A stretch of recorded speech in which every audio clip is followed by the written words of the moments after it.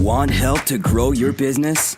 Download BRiN, the world's first business advisor in your pocket. To find out more, visit BRiN.ai or search the App Store today.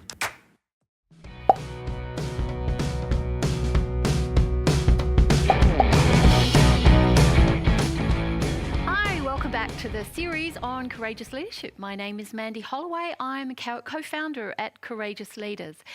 For those that have been loyal followers and audience, welcome back. It's fantastic to see you again because we're up to episode 10. I can't believe it. How to build trusted relationships with staff, suppliers, and customers.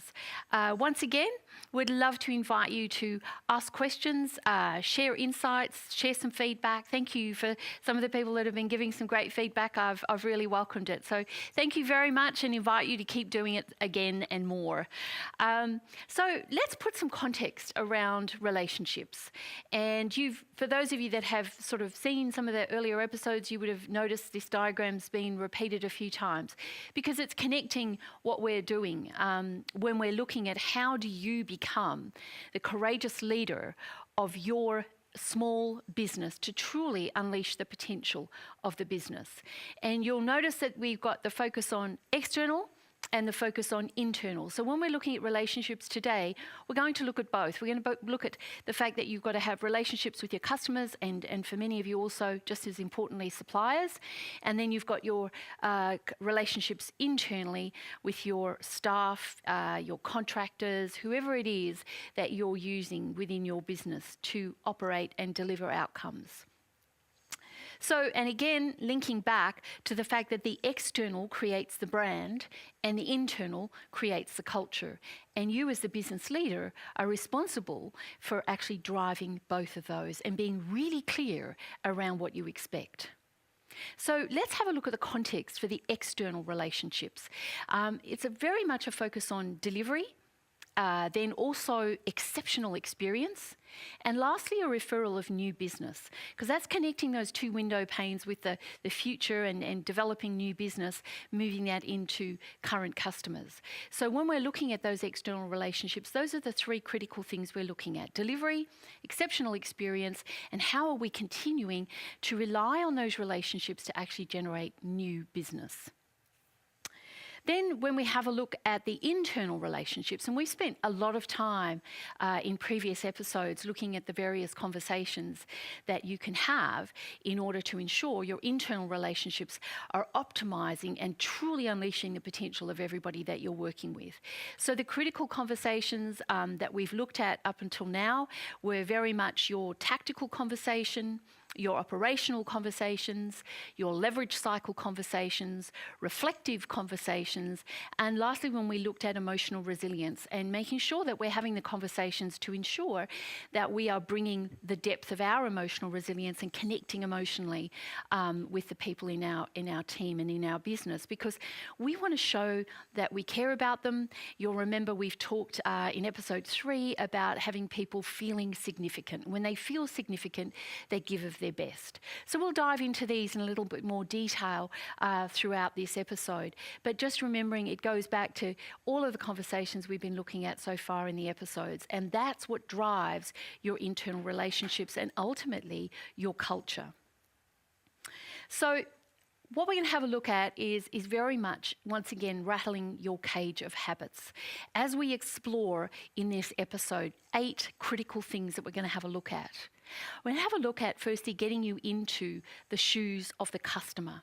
Shoes of the customer. What is it like to be in their shoes on the receiving end of the experiences that we're creating for our customers? What are we doing and what is the importance of relationships to generating new business? Then we're going to have a look at the employee experience and what is it that we're creating and what kind of relationships are we creating that's creating that employee experience and generating that. We're going to have a look at the importance of trust when we're talking about relationships. It's a very foundation of how you build your relationships. We've looked at it before, but we're going to strengthen exactly what we mean there. We're going to also think and look at the importance in relationships of thinking the best of people and not the worst. Even though know we're hardwired to think the worst. That's what's kept us alive as a species. If you've ever read any of the work of Andrew O'Keefe, Hardwired Humans, we're actually hardwired to judge instantaneously and decide that we need to judge, and generally we will judge and think the worst as opposed to thinking the best. So we're going to have a look at the impact that that has on the relationships both internally and externally. We're also going to have a look at the importance of the mindset to listen. And you'll see that what we're actually doing is sort of tying back into a lot of the other episodes and linking things together so that you're actually building. It's been like building a jigsaw puzzle, basically, and these are the jigsaw pieces are coming together in lots of different ways to create the bigger picture for you. Looking at the vulnerability to share, and particularly when you're looking at customers and just how much vulnerability we are bringing and what impact that is having on the relationship and the potential that we might be missing out on. And then lastly, the importance of accepting complete responsibility for the perceptions that we create and the actions that we take, rather than using that little finger of ours to point the finger of blame. So very much taking responsibility. So that's sort of the map for the episode. It's going to be busy. I'm going to keep us moving through it so that we make sure we get through in our 45 minutes.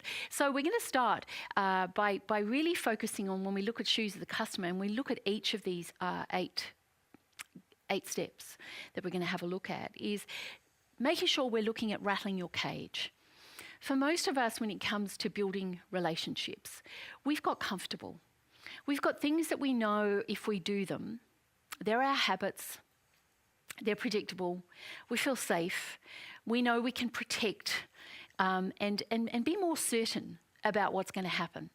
So for many of us to take a risk, particularly with customer relationships, we don't always do that. So today is very much about rattling that cage of habits and inviting you to have a good look in the mirror. Sorry, just skipped ahead there.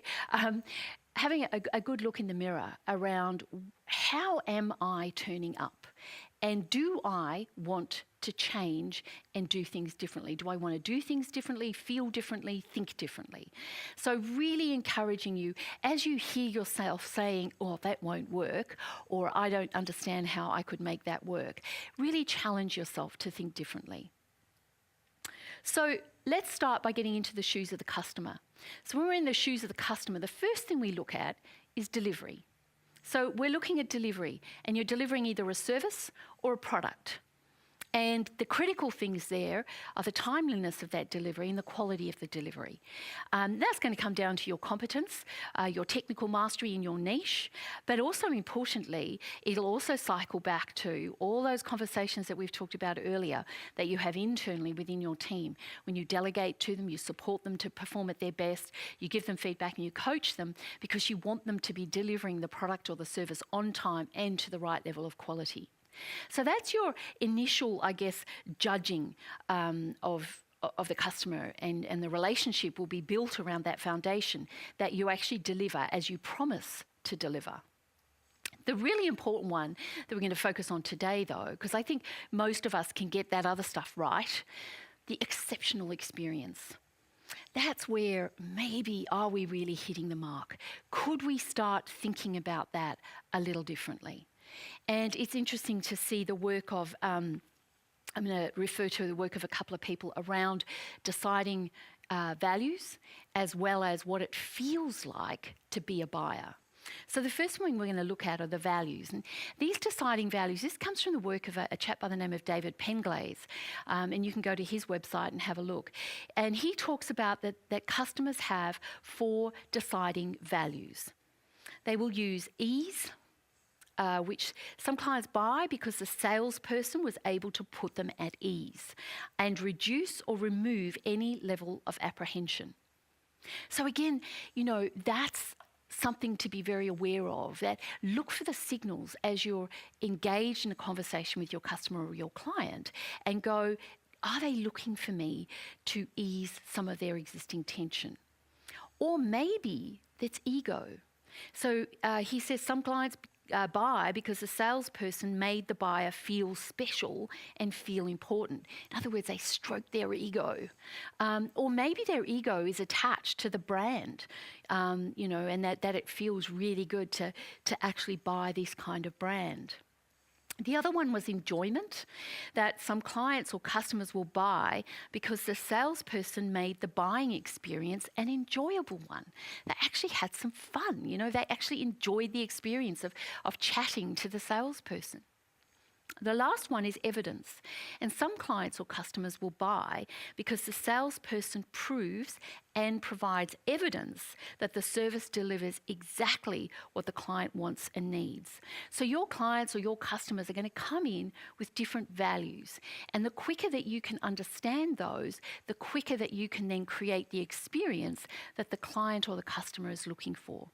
And I know I've learned a lot from those, and customers definitely give you signals. It's just sometimes we don't always pick them up. The other really interesting piece is to have a look at the work of David Maister. Now, David Maister wrote a book way back in the 1980s, but his stuff is still used a lot. And he talks about, remember what it feels like to be a buyer. I find this one really interesting, and I don't think we get ourselves in the shoes of the customer often enough to actually remember how it feels to be a buyer. You can feel really insecure. I'm not sure how to detect which of you is the genius and which of you is just good, or which of you might actually be having me on. I'm feeling threatened. This is my area of responsibility that I'm buying from you, and I need to take responsibility that it's going to deliver as promised to my boss. And I'm feeling rather threatened. Or I might be feeling at risk. I'm risking the loss of control by putting my affairs in the hands of someone else. I could feel impatient. I've now been thinking about this for some time, as I didn't call someone in at the first sign of the symptom or the opportunity, and now I want it fixed, and I'm really impatient.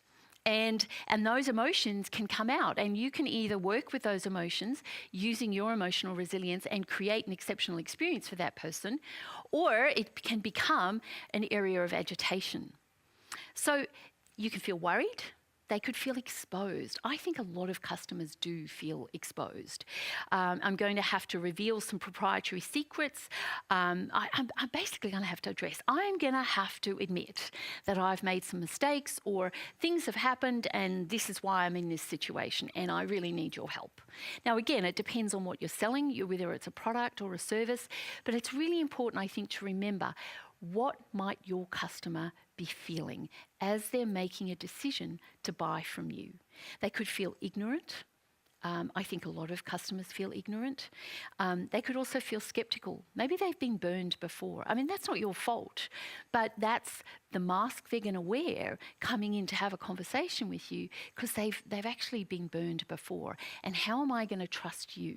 What's going to make you different to the people I've worked with before?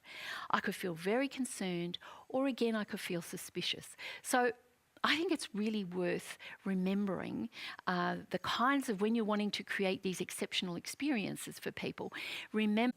To continue enjoying this presentation, download BRiN, the world's first business advisor in your pocket. To find out more, visit BRiN.ai or search the App Store today.